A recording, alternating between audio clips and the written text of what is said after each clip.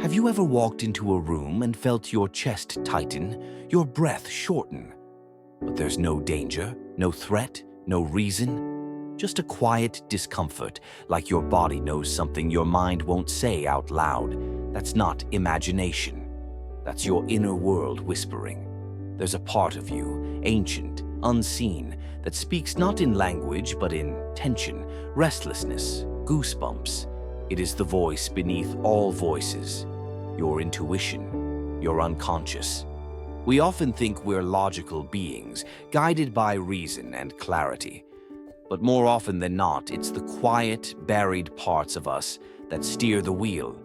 Carl Jung once said, "Until you make the unconscious conscious, it will direct your life and you will call it fate."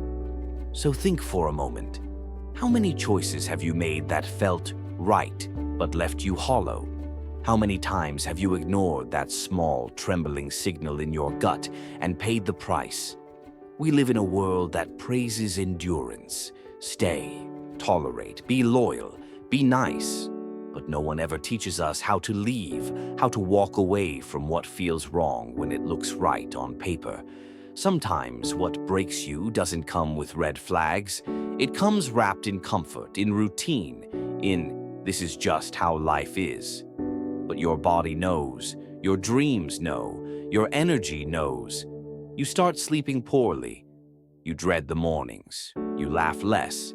And you tell yourself it's just stress, just a phase. But what if it's not? What if it's your unconscious pulling the alarm? Imagine living in a house where the walls slowly close in. Not enough to crush you, just enough to shrink your soul. You wouldn't call it abuse. You'd call it life. And that's what makes it dangerous. The things that hurt us most are often the ones we normalize. Some people drain you without touching you. Some places feel heavy, even in silence. Some routines kill slowly, disguised as discipline or duty. And we stay. We stay because we're afraid of the unknown. We stay because we were taught that discomfort is the price of love, or success, or belonging. But there is nothing noble in self-abandonment. There is no virtue in shrinking yourself for the sake of peace that never comes. Real strength is not staying in what wounds you. Real strength is saying, "This is not for me anymore." And yes, walking away hurts, even from things that poison us. Because when you let go of something familiar, you're not just letting go of a person or a job or a place. You're letting go of a version of yourself. And that can feel like death. But here's the truth. All transformation begins with a death. The death of illusions, of outdated identities, of invisible contracts we made long ago. The ones that told us who we had to be loved. You don't owe anyone your suffering. You don't need permission to choose peace. And you don't need a catastrophic reason to walk away. Unease is enough. Fatigue is enough. The absence of joy is enough. Sometimes your soul whispers, "There's more than this." Will you listen? Because if you don't, it will keep whispering.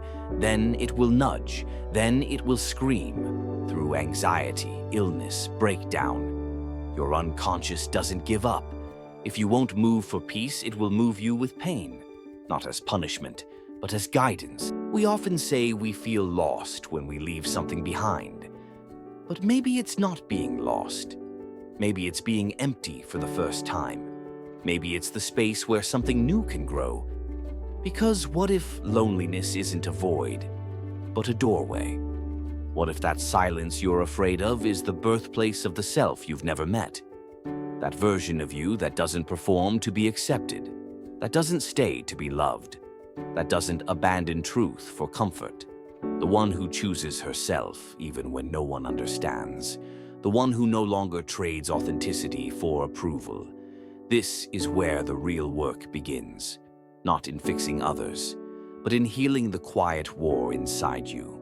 We often confuse stability with safety. But stability in the wrong life is still a cage. And love that costs your soul is not love. It's attachment dressed as devotion. So the question isn't, is this good enough to stay? The question is Is this true enough to grow? You don't need to prove your pain. You don't need to explain your exit. You are allowed to evolve without justifying your evolution. And yes, you'll miss them. Yes, you'll doubt yourself. Healing is not clean. Growth is not linear. You'll fall back.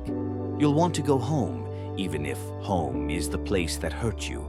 But every time you choose presence over pattern, every time you listen to the voice beneath the noise, you reclaim a little more of yourself. And slowly, gently, something shifts. You start sleeping better. You smile and mean it. You find yourself in places that feel like air, not stone. You realize peace was never supposed to feel boring. Love was never supposed to feel like a negotiation.